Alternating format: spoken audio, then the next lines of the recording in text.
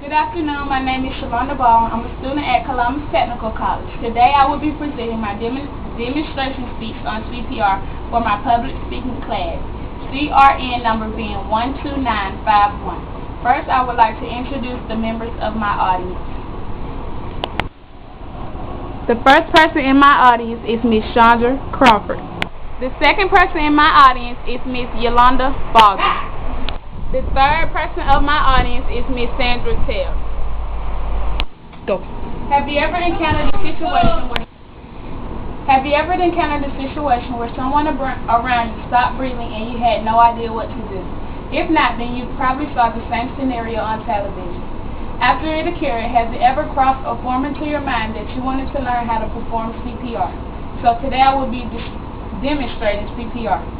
I am CPR qualified because in my major, early child care and education, CPR certification is qualified, and I've already taken the CPR class, passed, and now I am CPR certified. To carry out this demonstration, you will need your hands and your mouth.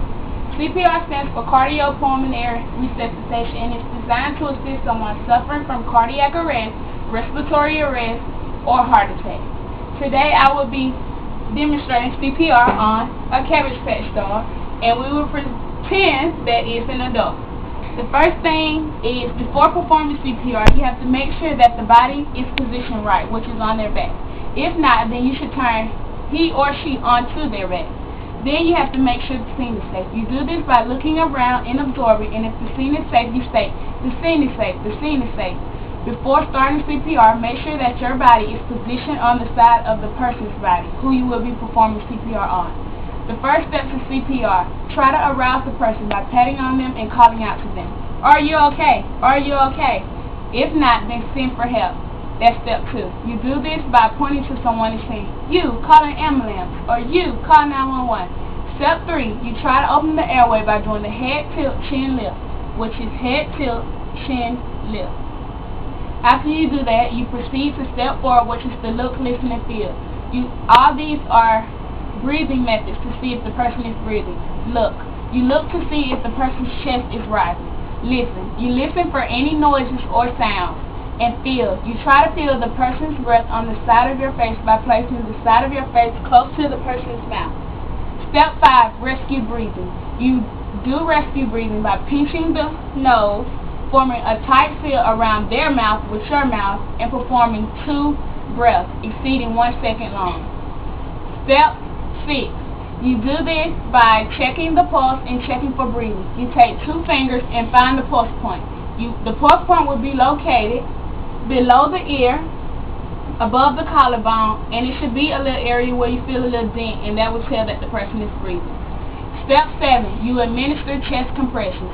You do 30 chest compressions, and you do this by taking one arm, placing the other arm on top of it, forming a tight grip. You use the heel of your hand, and you administer the chest compression. You do this just below the breastbone, below the sternum, and you do 30 chest compressions. Step 8. You have to do 5 whole cycles. Each cycle consists of 2 breaths and 30 chest compressions. And you do this until medical assistance arrives. My conclusion: I will repeat the steps for you and demonstrate. Make sure the person's body is positioned right on his or her back. Check to see if the scene is safe. The scene is safe. The scene is safe. Make sure my body is positioned on the side of the person's body. Step 1. Try to arouse the person. "Are you okay? Are you okay?" Step 2. If not, the person is not okay, send for help. "You, call an ambulance." "You, call 911. Step 3. Open the airway by doing the head tilt, chin lift. Step 4. Look, listen, and proceed. Look to see if the chest is rising. The chest is not rising. Listen for any sounds or noise. There are no sounds or noise. And feel. Feel to see if the person is breathing. Place the side of your face close to the person's mouth. He or she is not breathing. Step 5. Rescue breathing. You pinch the nose, form a tight seal with your mouth over the person's mouth, and do 2 quick breaths. Step 6. Check the pulse point. Take 2 fingers, go below the ear, just above the collarbone. The person is not breathing. Step 7. Administer chest compressions. Take one arm, put the other hand on top of it, use the heel, place it on the center of the chest.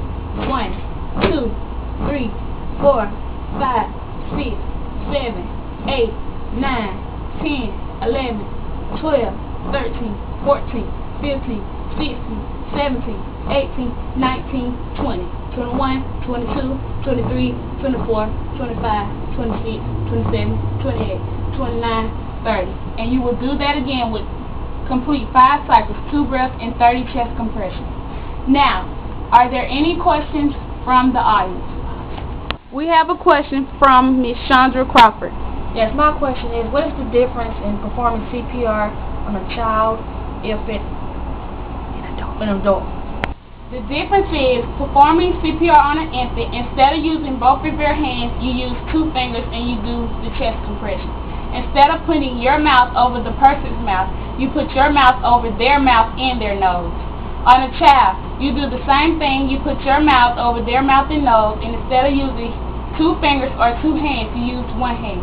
And for an adult, you use 2 hands to administer the chest compressions, and you only put your mouth over their mouth. Ms. Sandra Tells has a question. How do you know when the person survives from CPR? The way you know if someone is being revived or survived from CPR is because when performing CPR, excessive oxygen is forced into the stomach, and this will cause a person to gas, cough, or even vomit. I see there are no more questions, so this concludes the end of my presentation. Thank you.